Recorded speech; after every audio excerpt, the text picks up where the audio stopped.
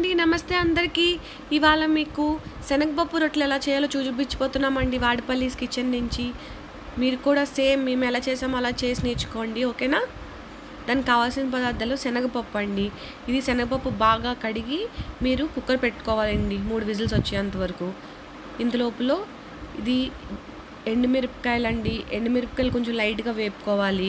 అందులోకి కొంచెం లైట్గా జీలకర్ర కూడా వేసుకుందామండి. ఇదిగోండి జీలకర్ర, అవి కూడా వేసుకుని లైట్గా వేపుకుందామండి. ఇవి చాలా ఈజీ అండి బాబు, చాలా మెత్తగా కూడా ఉంటాయి. ఎంత స్మూత్గా ఉంటాయంటే నోట్లో పెట్టుకుంటే అలా కరిగిపోయినట్టు ఉంటాయండి. ఇదిగోండి వేపేసుకున్నాము. ఇది మిక్సీ చేసుకుందామండి. ఇదిగోండి మిక్సీ చేసుకున్నాము. ఇంత లోపల ఇదిగోండి విజిల్స్ కూడా వచ్చేస్తున్నాయి. శనగపప్పుది 3 విజిల్స్ వస్తే సరిపోతుందండి, మెత్తగా అయిపోతుంది. చాలా బాగుంటుందండి బాబు అసలు.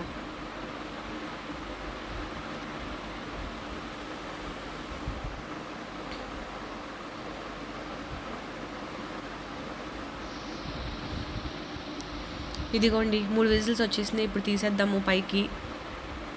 ఇదిగోండి మూత బాగా మెత్తగానే అయిపోయిందండి. ఇది బాగా మెత్తగా వచ్చేసి కొంచెం వాటర్ కూడా లేకుండా చూసుకోవాలండి. ఇదిగోండి బాగా స్మాష్ చేసుకోవాలి.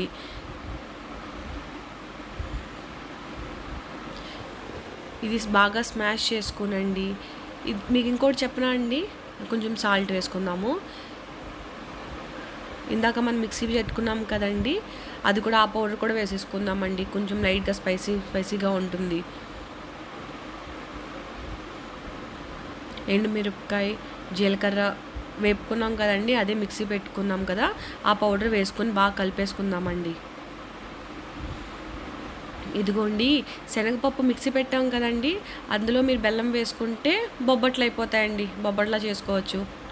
ఇదిగోండి చపాతీ పిండి కూడా కలిపేసుకున్నాం మెత్తగాని.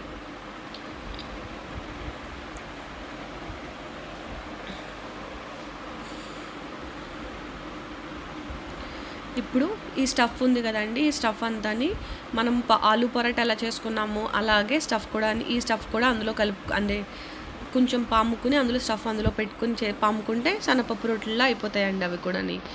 మీరు సపోజ్ బెల్లం వేసుకున్నారనుకోండి, ఇవన్నీ వేసుకోకుండా అది బొబ్బట్లు అయిపోతాయండి. ఇది చాలా అంటే చాలా ఈజీ ప్రాసెస్ అండి.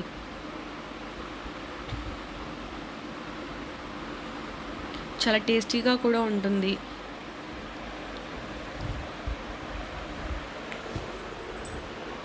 సేమ్ మేము చేసిన ప్రాసెస్లోనే చేస్తేనండి చాలా స్మూత్గా ఉంటుందండి. మెత్తగా ఉండి ఇలా నోట్లో పెట్టుకుంటే కరిగిపోతుందండి, అంత బాగుంటుందండి.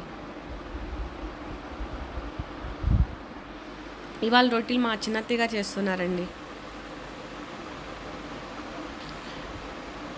ఇదిగోండి స్టఫ్ పెట్టాలి, అలాగా పెట్టి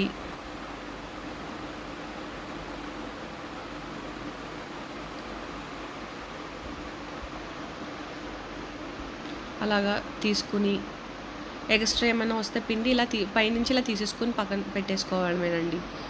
అలా స్టఫ్ ఎక్స్ట్రా ఉంటే, మాది ఎక్స్ట్రా రాలేదు కదండి, అందుకనే ఉంచేసి పంపేసుకోవడమే. ఇంకా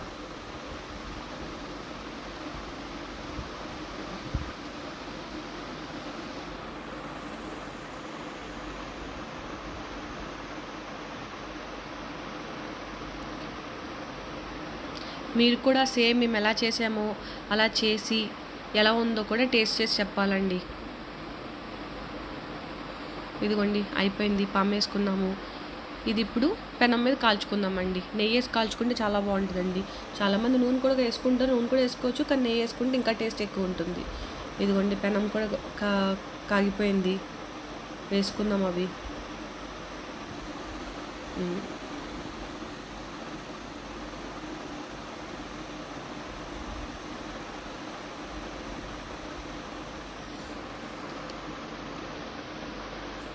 ఇదిగోండి బాగానే కాలుతుంది.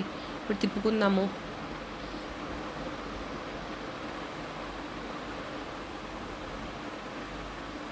ఇదిగోండి లైట్గా నెయ్యి వేసుకుంటున్నామండి మేము. నెయ్యి వేసుకుంటే స్మూత్గా చాలా బాగుంటుంది.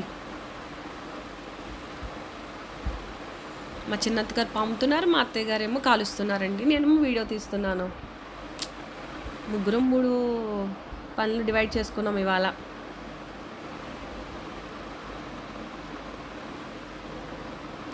మా వారు, మా మామయ్య వీళ్ళందరూ కూడా వెయిట్ చేస్తున్నారు శనగపప్పు రొట్టెల కోసం. ఎందుకంటే వాళ్ళందరికీ చాలా ఇష్టం అండి శనగపప్పు రొట్టెలు అంటే.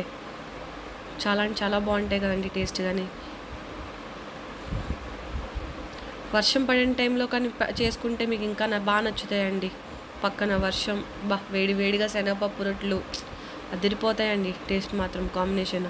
దీంట్లో మీకు నంచుకోవాలంటేనండి, కావాలంటే సాస్ వేసుకుని నంచుకోవచ్చు అండి మీరు. చాలా బాగుంటుంది. ఉట్టుగా కూడా చాలా బాగుంటుంది. కొంతమంది ఏమైనా నంచుకోకపోతే తినలేను అంటారు కదా, అలాగే సాస్ వేసి నంచుకుంటే ఇంకా బాగుంటుందండి ఇది. ఇదిగోండి అయిపోయింది ఇది.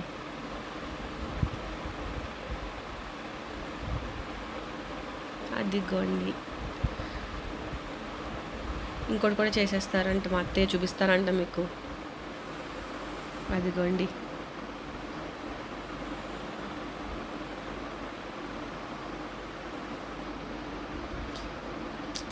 చూస్తుంటే తినేయాలనిపిస్తుందండి. ఎంత త్వరగా అయిపోతే, మీకు ఎంత త్వరగా వీడియో చూపించేసి వెంటనే నేను కూడా తినేయాలి కూర్చుని.